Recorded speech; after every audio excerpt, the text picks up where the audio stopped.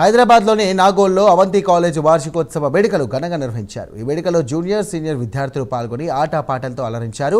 విద్యార్థులకు చదువుతో పాటు నైపుణ్యం ఉంటే ఏ వృత్తిలోనైనా కూడా రాణించగలరంటూ కూడా వ్యవస్థాపకులు అవంతి శ్రీనివాస్ తెలియజేశారు. అవంతి గ్రూప్స్ను యూనివర్సిటీ స్థాయిలో తీసుకురావడమే లక్ష్యమంటూ కూడా ఆయన తెలియజేశారు. తమ విద్యా సంస్థల్లో చదువుకునే విద్యార్థులకు ఉద్యోగ అవకాశాలు అందించడమే తమ విద్యా విధానం అనుకుంటా వారు తెలియజేశారు.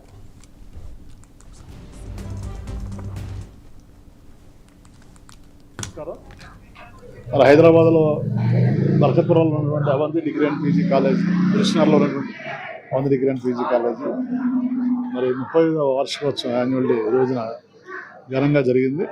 దాని ముఖ్య అతిథులుగా మన ఉస్మాన్ యూనివర్సిటీ వైస్ ఛాన్సలర్ మిత్రులు ప్రొఫెసర్ కుమార్ గారు రావడం జరిగింది.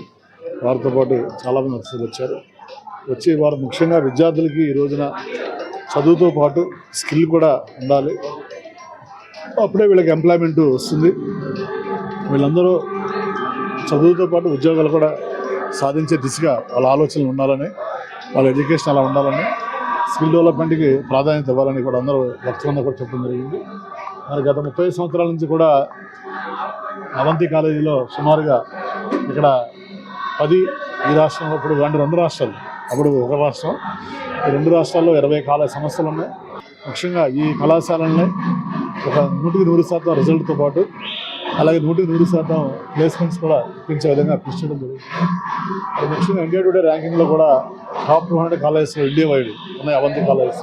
ఇప్పుడు దాకా సహకరించినటువంటి ఆ విద్యార్థులకి, తల్లిదండ్రులు, అధ్యాపకులు, ప్రజాప్రతినిధులు, స్థానిక ప్రజాప్రతినిధులు, అధికారులకి, స్థానిక ప్రభుత్వాలకి అందరికీ కూడా పేరు ధన్యవాదాలు తెలియజేస్తున్నాను.